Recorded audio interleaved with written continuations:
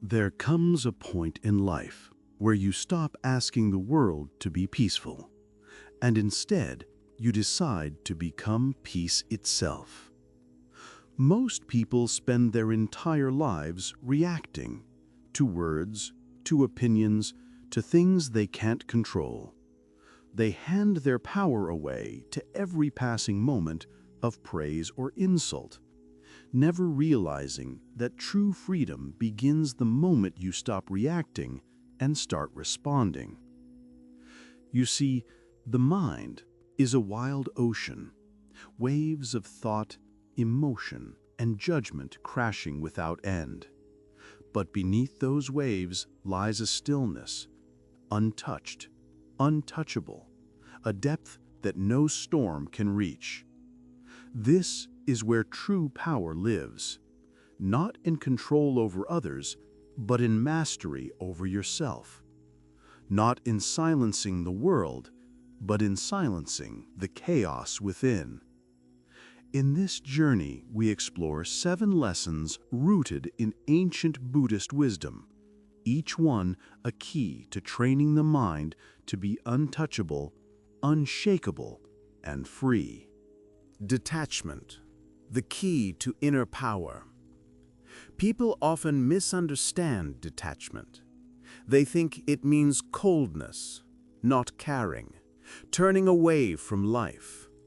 But detachment is not indifference. It is clarity.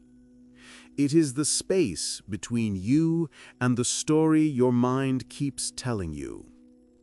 Imagine holding water in your hand. The tighter you grip, the faster it slips through your fingers. That's how most people live. They cling to approval, to success, to reputation, to outcomes. They grasp at the things they fear losing, and in doing so, they suffer twice, once when they fear it, and again when it changes. Detachment doesn't mean you stop caring. It means you stop clinging. You can still love deeply, work passionately, dream boldly, but your peace no longer depends on how those things turn out. In Buddhism, this grasping is called upadana, attachment. It's the fire that fuels suffering. When you want something so badly that its absence disturbs your peace, you become its prisoner. The path to freedom begins when you loosen your grip, when you say, "I will give my best, but I will not let the result define me." Picture this. You're standing before a mirror. When someone smiles, the mirror reflects it. When someone frowns, it reflects that too. But the mirror is never stained by the images it holds. It simply reflects and remains clear. The mind of a detached person is like that mirror. When insulted, it reflects sound, not poison. When praised, it reflects warmth, not ego. The mirror does not chase what it reflects. It simply stays still. When you learn to live this way, the world loses its control over you. Your emotions stop being hostages to circumstance. Whether the day brings sunshine or storm, you remain rooted in quiet strength. Think about how fragile our peace becomes when we depend on the world to treat us gently. If people must always agree with you, if plans must always succeed, if life must always please you, then peace will forever slip through your fingers. Because life is change. Loss follows gain. Reputation rises and falls. The applause that once filled you with pride will one day fade into silence. And if your identity is tied to those sounds, when they stop, you will feel lost. Detachment doesn't mean rejecting the dance of life. It means learning to dance without losing your balance. When joy comes, you welcome it with gratitude. When pain comes, you face it with grace. You don't chase the first or flee from the second. You bow to both as teachers. This is where real power begins, when nothing outside of you determines the state of your inner world. So, how do you practice detachment in daily life? Start by noticing where you tense up. Every "I must have this," every "they shouldn't have said that," every "this can't be happening." Those are attachments in disguise. Each one a rope tying your peace to something you can't control. When you feel that rope pull, pause. Take a single conscious breath. Let the body soften. Ask yourself, can I care without clinging? Can I act without attachment to outcome? That question alone begins to dissolve the knot. The more you practice, the more you notice. You are not the roles you play, not the opinions people have of you, not even the thoughts shouting inside your head. You are the awareness that sees them come and go. When you truly see this, praise and blame lose their sting. Success and failure stop defining your worth. You move through the world with quiet confidence, grounded, compassionate, free. The power of letting go. Letting go isn't giving up. It's giving space. When you stop gripping so tightly, things flow naturally. You begin to act from wisdom instead of fear. You stop forcing and start allowing. Imagine holding a bird in your hand. If you squeeze it, you harm it. If you open your hand, it might fly away, or it might stay peacefully. Detachment is that open hand. Love without control. Action without expectation. Every time you let go, you grow lighter. Every time you release the need for things to be a certain way, you reclaim a little more of your peace. This doesn't happen in one day. It's a discipline, 1,000 small moments of remembering. Remembering that everything changes, that nothing lasts forever, and that your peace was never meant to depend on what does. Somewhere within you, right now, there is a still point, a place untouched by the noise of the world. When you close your eyes and take a breath, you can feel it, that quiet presence behind your thoughts.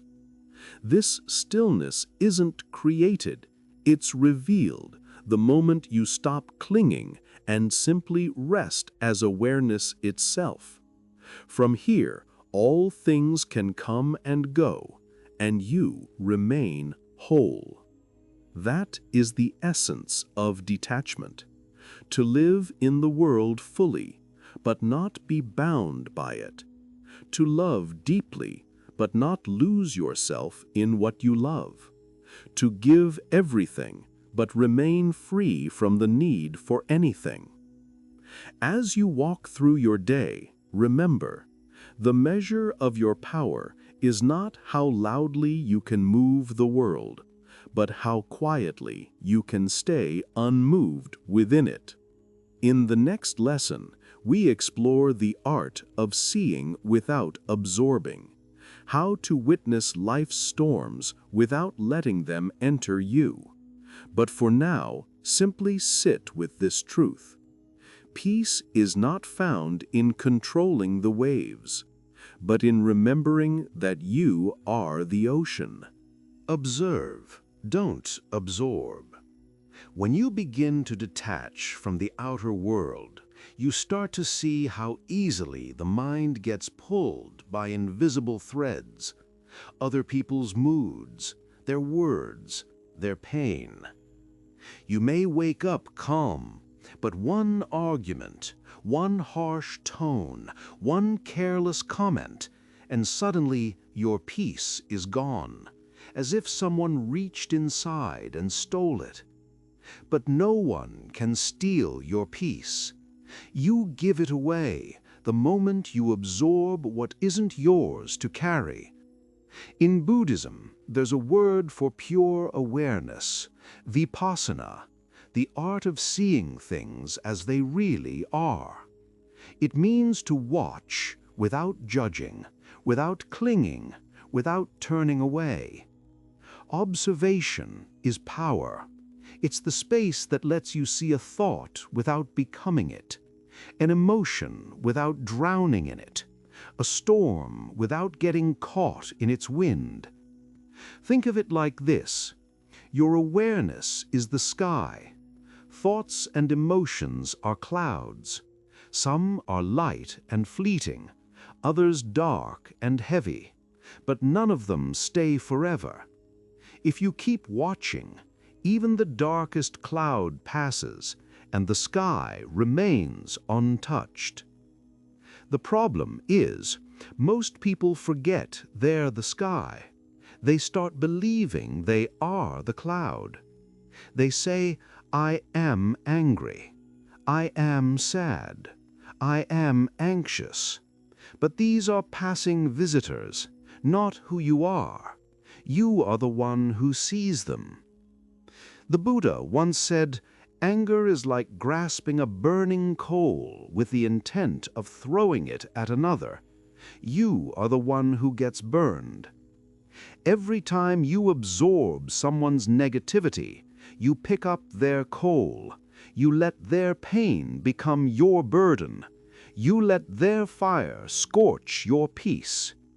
But when you observe instead of absorb, when you see their anger as energy passing through space, you remain cool, grounded, aware.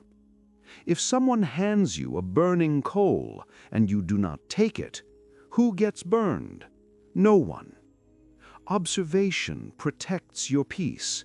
It allows the fire to burn itself out without lighting you on fire.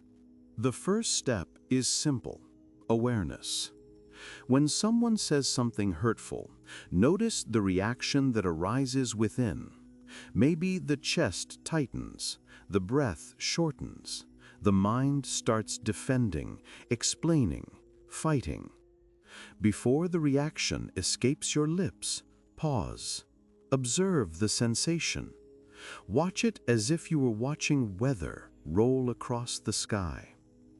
Ask yourself, what is this feeling made of? You'll notice it's mostly energy, a swirl of warmth, tension, vibration. If you stop feeding it, it passes. This is the miracle of awareness. It transforms emotion into energy, and energy into stillness. You don't fight the feeling, you witness it.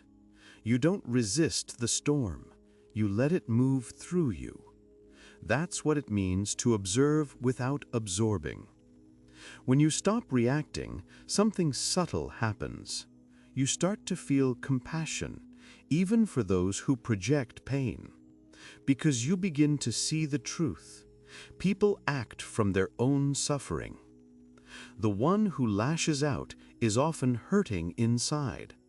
The one who insults you is at war with themselves. They are trying to hand you their pain, not out of evil, but out of unconsciousness. And if you don't absorb it, if you simply see it for what it is, you break the cycle. You stop the energy of suffering from multiplying. That's how observation becomes alchemy. You turn the weight of the world into wisdom. Remember the mirror from the last lesson. When you truly observe, your mind becomes that mirror again. reflecting, not retaining. Someone brings joy, the mirror reflects it. Someone brings anger, the mirror reflects that too. But it does not become what it reflects. That's the freedom of pure observation. You can experience everything fully, but remain unstained by it. Let's bring this into daily life. When you feel overwhelmed, pause for a single breath. Label what you feel: anger, frustration, sadness. Not "I am angry," but "anger is arising." That small shift changes everything. Then take one conscious inhale. Watch where it lands: the chest, the belly, the shoulders. Feel the sensations. Let them be exactly as they are. No judgment, no fixing, just awareness. If you can hold this space for even 10 seconds, you interrupt the cycle of reaction. You become presence itself. And over time, this space grows. The things that used to shake you begin to pass through you like wind through trees. Not everything deserves a response. Observation also means restraint, the wisdom of not needing to reply. Sometimes silence is the highest response, not because you're weak, but because you understand that peace is more valuable than proving a point. You begin to notice how most arguments aren't about truth. They're about the ego's need to win, and you no longer play that game. When you observe the energy behind words, you can see when someone is speaking from pain or fear. You realize that responding with stillness disarms them faster than any clever reply. With time, observation becomes effortless. You start living from a place where nothing sticks. Words flow through you. Emotions rise and dissolve. You stop carrying yesterday into today. And this is the great paradox. When you stop trying to protect your peace, you realize it never needed protection at all. It was never something fragile to be guarded. It was who you were underneath all along. Observation is not escape from life. It's intimacy with life, seen clearly, without distortion. It's the heart seeing reality naked, without story or judgment. When you reach that place, you begin to taste freedom, not as a concept, but as your natural state. So tonight, when you close your eyes, watch your thoughts for just a moment. Notice how they come and go, without your permission, without your control. Yet something deeper remains constant, the awareness that watches. That awareness is your true self, the eternal witness that sees the mind, the emotions, and the world pass by, and stays perfectly still. When you live from that awareness, you no longer absorb the chaos of others. You no longer let the world dictate your peace. You become like the mountain that watches clouds drift by, still, silent, untouched. And from that stillness, you begin to see everything, clearly, compassionately, and without fear. Then silence prevails. In the next lesson, we'll explore the hidden power in that pause, the sacred space between what happens and how you respond, because in that space lies your freedom. The power is always in the pause. There is a space, a breath's width between what happens to you and how you respond. And in that space lives the difference between peace and chaos, between wisdom and regret, between freedom and habit. That space, the pause, is where your entire spiritual life unfolds. Something happens, someone criticizes you, you're cut off in traffic, a message appears on your phone that makes your heart race. In that instant, the body reacts, muscles tense, the heart quickens, the mind starts preparing its defense. Before you even realize it, you're already in the storm. The words leave your mouth, the emotions surge through your veins, and you wonder later, why did I say that? Why do I always react?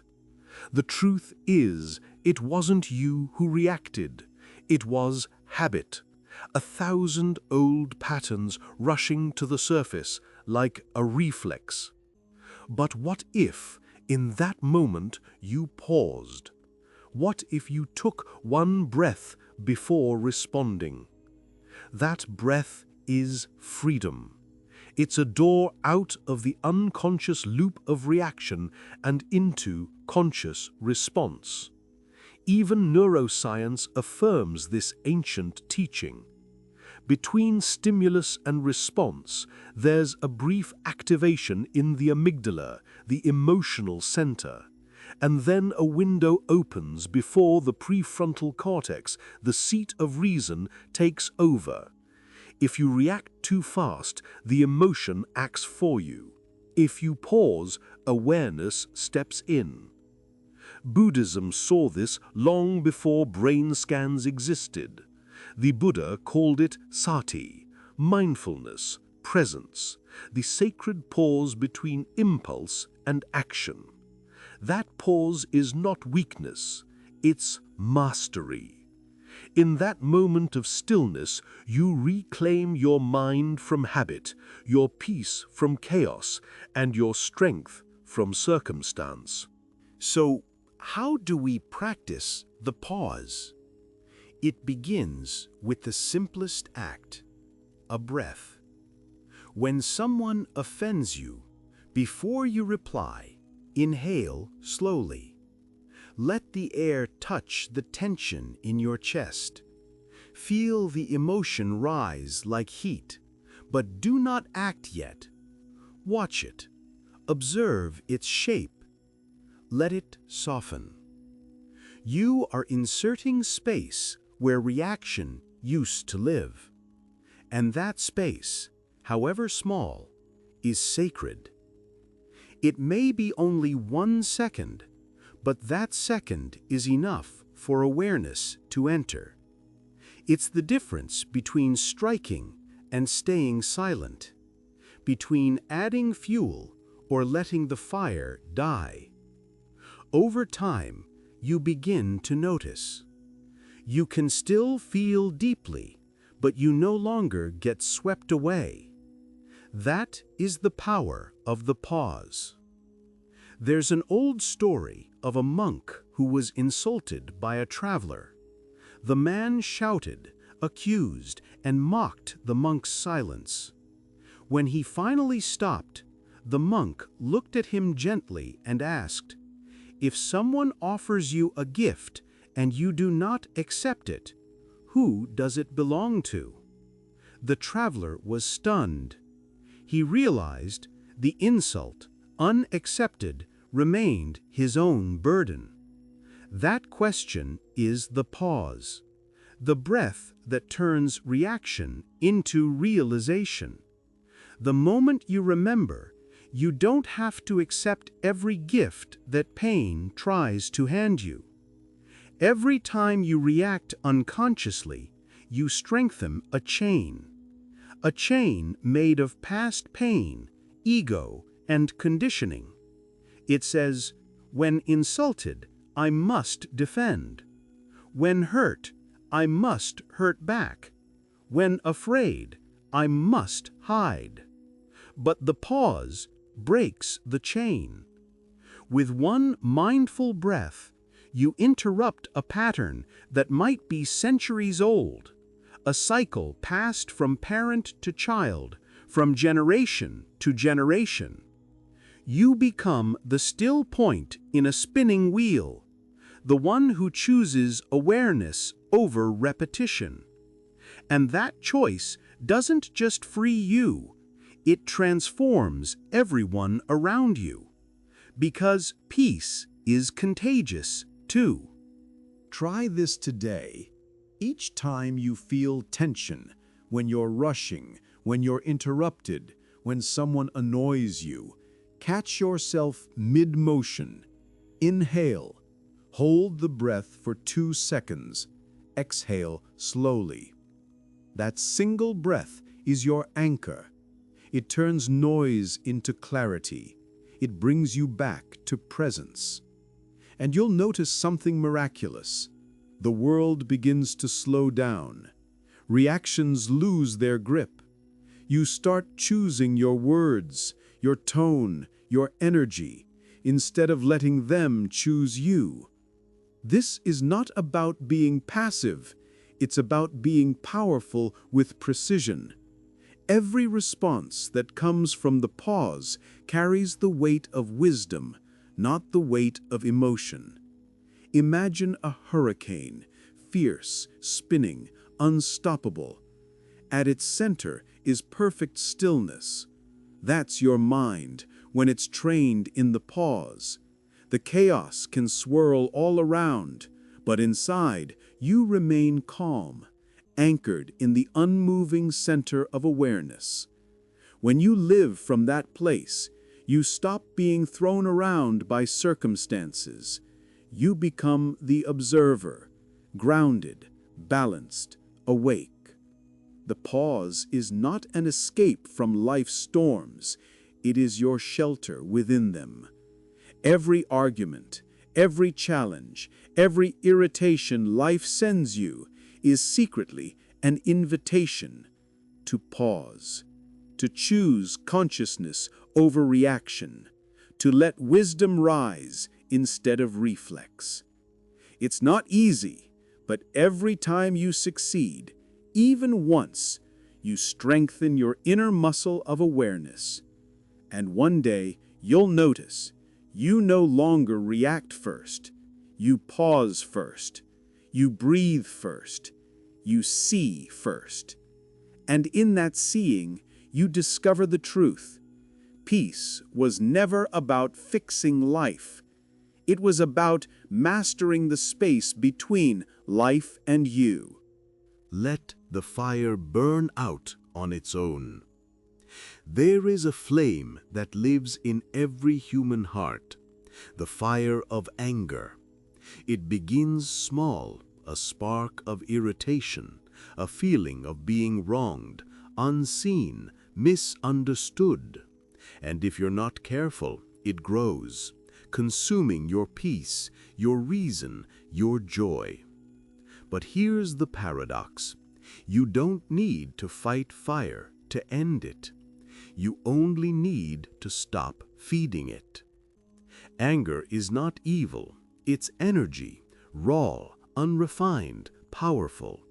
But when it's unconscious, it burns everything in its path.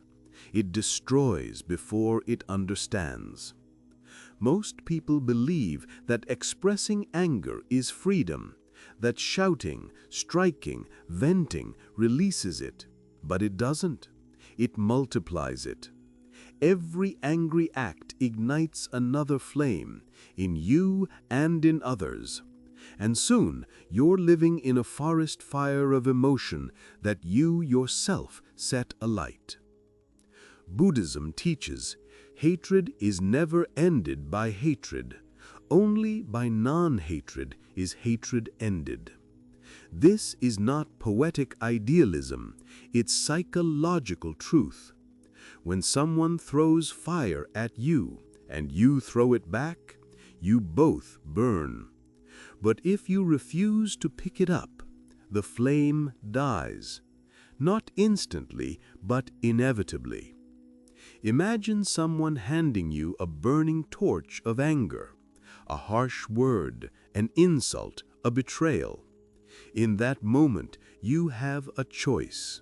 You can grasp it and throw it back, or you can let it drop and watch it extinguish itself.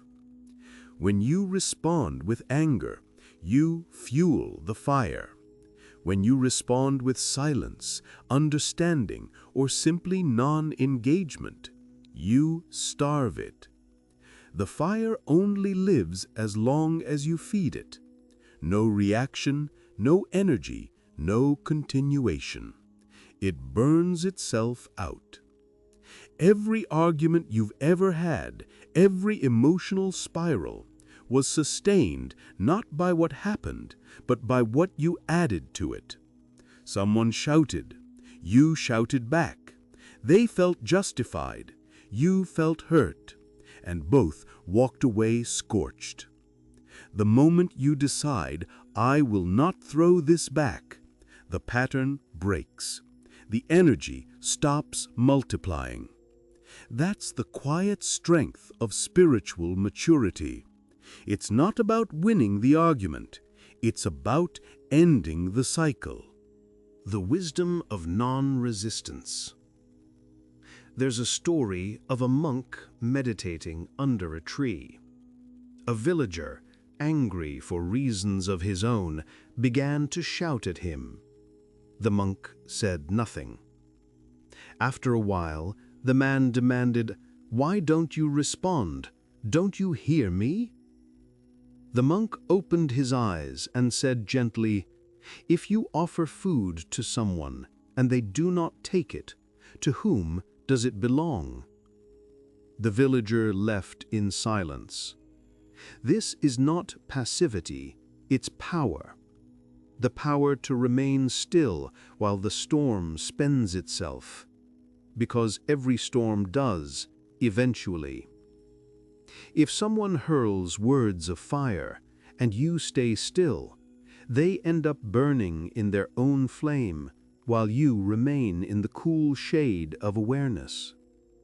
When you look deeply, you'll see that anger is never just anger. It's pain, fear, disappointment, wearing armor. It's a cry for acknowledgement, even when expressed through harm.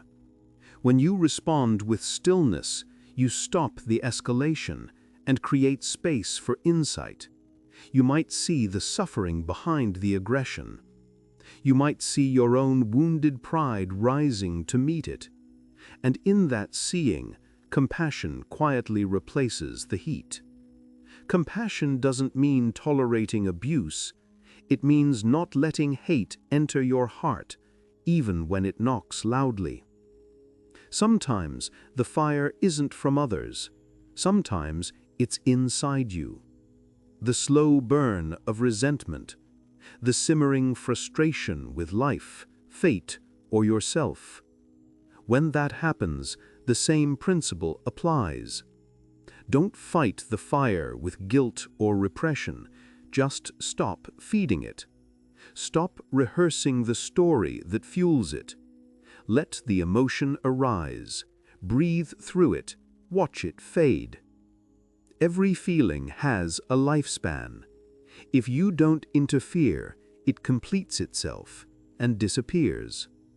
That's how inner peace is built. Not by pushing emotions away, but by letting them dissolve naturally. The Buddha described enlightenment as a state of coolness, nibbana, literally meaning the flame blown out, not extinguished life, but extinguished reactivity, the cooling of the fires of greed, hatred, and delusion. That's what it means to be truly free, not a life without difficulty, but a mind that cannot be set aflame. When you reach this point, you don't fear the heat anymore.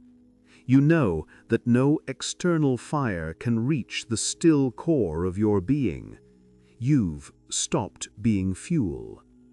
And that is true strength, not in burning brighter, but in no longer burning at all. Silence is the language of the wise. There is a sound beyond words, a presence beneath speech, a wisdom that does not shout, it simply is.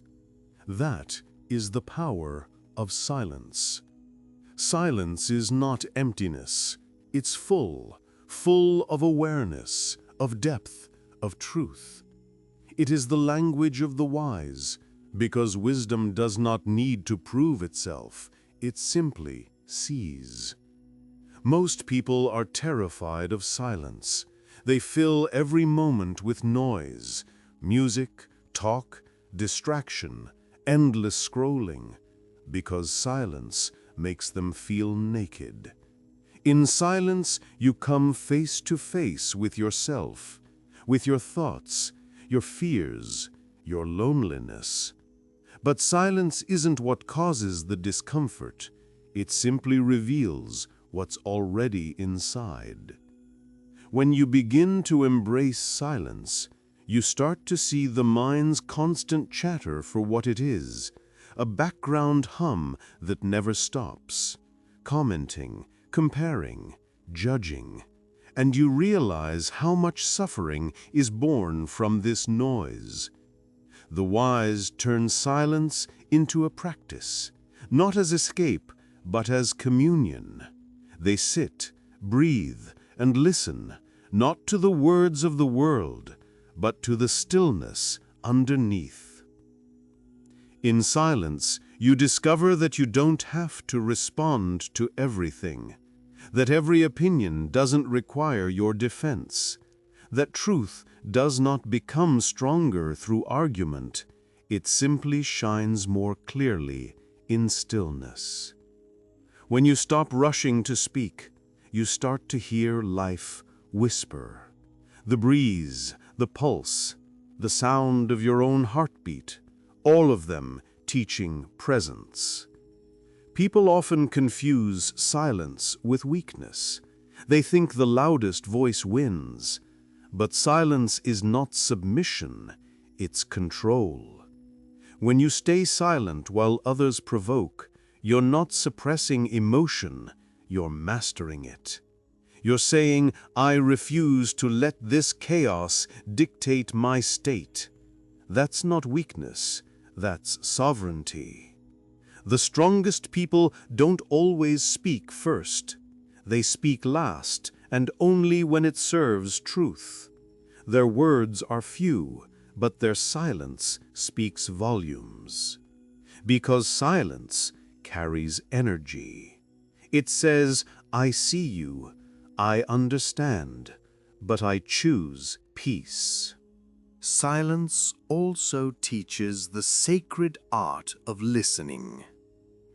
When you truly listen, not waiting to reply, not forming your defense, you connect with another being at the level of the heart. Most conversations are just two egos competing to be heard, but true listening is rare.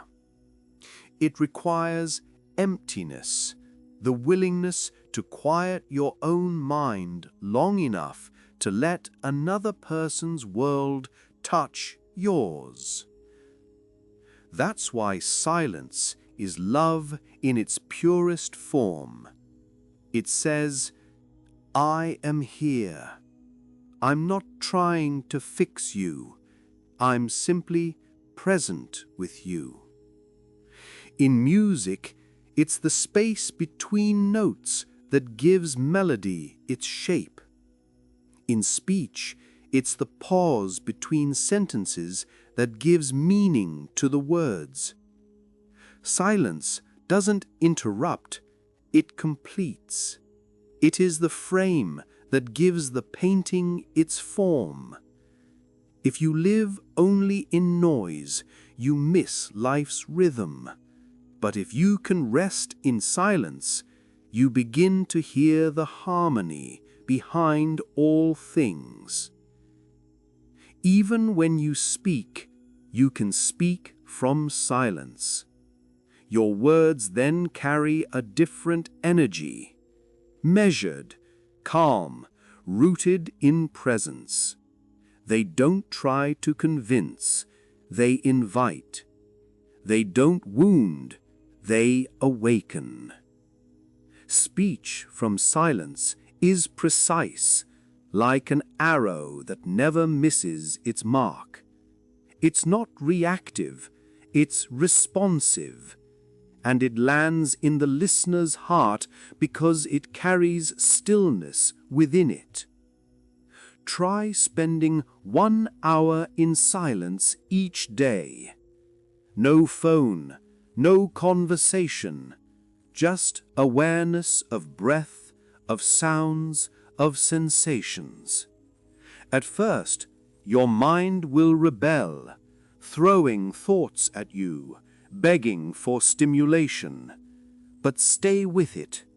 Let the waves crash. Eventually, they calm. And beneath them, you'll find vastness, the quiet presence that has been waiting for you all along. That presence doesn't need sound to exist. It doesn't need attention. It simply is. And when you rest there, you begin to feel what true peace means. Not the fragile peace of nothing's wrong, but the deep peace of everything can be as it is. Acceptance ends all suffering. There comes a moment when you realize you have spent your whole life fighting what is. You've wrestled with the past, argued with reality, and begged the future to be kinder. And somewhere along the way, you forgot the simplest truth. Suffering doesn't come from what happens to you. It comes from your refusal to accept it. We all live with an invisible tension, a quiet voice that whispers, "This shouldn't be happening. Not to me. Not like this." That voice fuels the fire of resistance, and resistance is the birthplace of suffering. When life moves in a direction we don't like, we tighten up inside. We say, "No, not this." But life keeps flowing anyway, uncaring, unstoppable, vast. And the more we resist, the more we're dragged by its current. The Buddha taught that the root of suffering is not pain itself, but our attachment to how things should be. Reality doesn't hurt. Our argument with reality does. Acceptance doesn't mean you approve of everything. It doesn't mean you stop caring or give up. It simply means you stop fighting the present moment. When you say, "This is what is," you're not surrendering to defeat. You're surrendering to truth. In that instant, your energy shifts. What was once resistance becomes clarity. What was once pain becomes space. You move from a closed heart to an open awareness. And in that openness, peace enters. Think of life as a river. You can either fight the current or learn to flow with it. When you resist, you thrash, struggle, exhaust yourself. When you accept, you still feel the movement, but now it carries you. Acceptance doesn't erase discomfort. It dissolves the extra suffering that comes from saying no to what already is. Pain is inevitable. Suffering is optional. That's not a slogan, it's a practice. Acceptance doesn't mean numbness. In fact, it makes you feel more, not less. Because now you allow emotions to arise without judgment. You stop labeling them as good or bad. You simply witness. Sadness comes, you allow it. Anger arises, you watch it. Pain appears, you breathe with it. Every emotion, when fully felt, finishes its cycle. It transforms and releases. But when you resist emotion, when you say, "I shouldn't feel this," it stays trapped, repeating endlessly. To accept life means to accept yourself, including every fleeting feeling that moves through you. Much of our suffering comes from the illusion that we control life. We try to manage every outcome, prevent every loss, keep everything in its right place. But life was never meant to obey our will. It moves by its own rhythm, like the tides. When you stop demanding that reality bend to your expectations, you realize how peaceful things become. Not because they've changed, but because you've stopped fighting them. True acceptance is radical. It's saying, "This too belongs. This pain, this joy, this uncertainty, they are all part of the same whole." When you no longer divide life into what you want and don't want, you begin to experience wholeness. And in that wholeness, suffering cannot survive. Acceptance liberates because it ends the war. And when the war ends, love flows freely again. There's a quiet mantra that can dissolve almost any suffering. This is it. Not as defeat, but as awareness. This moment, this exact moment, is reality. Nothing more needs to be added. Nothing less needs to be removed. When you say, "This is it," you stop running from life. You meet it directly, and you realize it was never your enemy. It was your teacher all along. So the next time life feels heavy, stop fighting the moment. Stop demanding that it be different. Take one breath and whisper to yourself, "I accept." Not because you like it, but because it is. And when you do, you'll feel something subtle yet profound, a softening, a surrender, a quiet peace spreading through your being. Acceptance doesn't change the outer world, it changes the one within. And when the inner world is at peace, the outer one begins to follow. Focused energy over time. Bhavana. Change doesn't happen in a moment of inspiration. It happens in 1,000 quiet moments of practice. In Buddhism, this steady cultivation of the mind is called Bhavana, to develop, to grow, to nurture awareness. It is the understanding that transformation is not a flash of light, but a slow sunrise, unfolding gently day by day. The mind is like a field. Whatever you plant, it grows.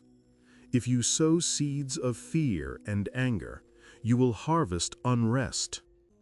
If you plant seeds of stillness and compassion, you will harvest peace. The problem is, most people scatter seeds unconsciously. A little worry here, a little resentment there, then wonder why the garden of their life feels overgrown and heavy. Bhavana is the decision to become the gardener of your mind, to choose again and again what kind of thoughts, emotions, and energies you will nurture. In the beginning, progress feels invisible. You meditate, breathe, pause, and the old habits return. You stay calm today and react tomorrow.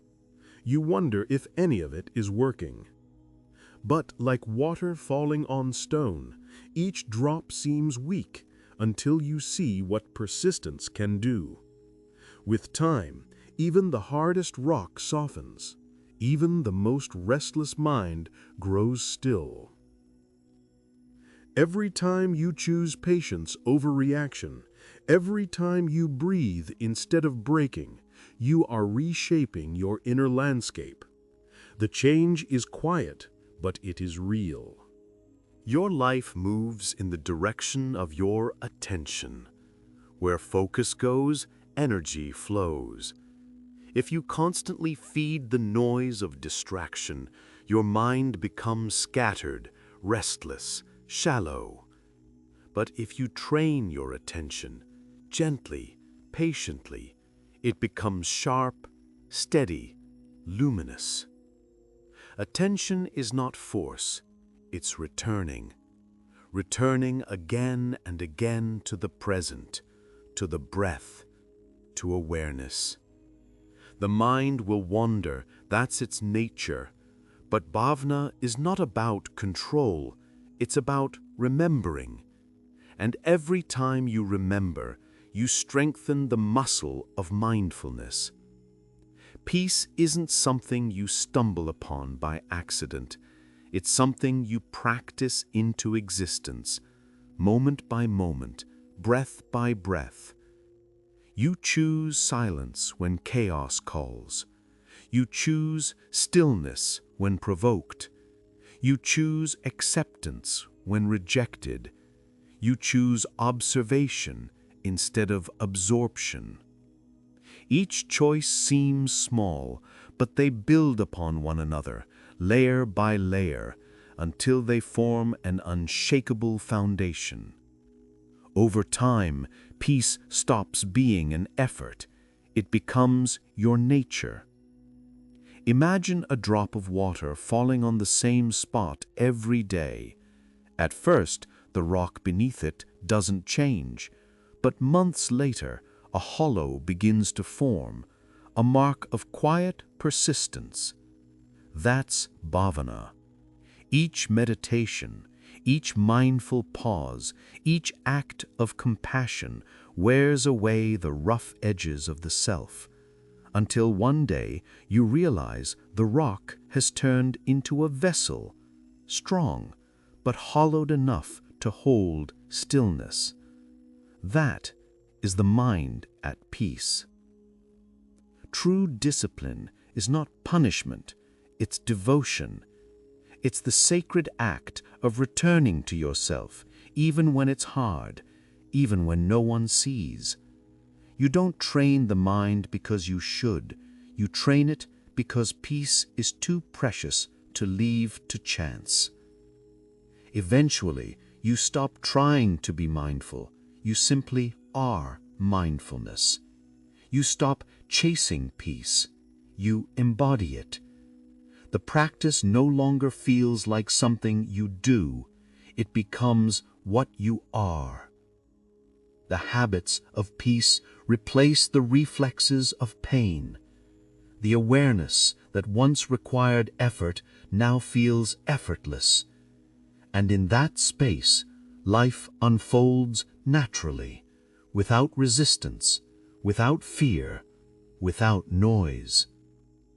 This is the quiet power of Bhavana, the slow, sacred transformation of the mind from chaos to clarity, from reaction to response, from noise to knowing.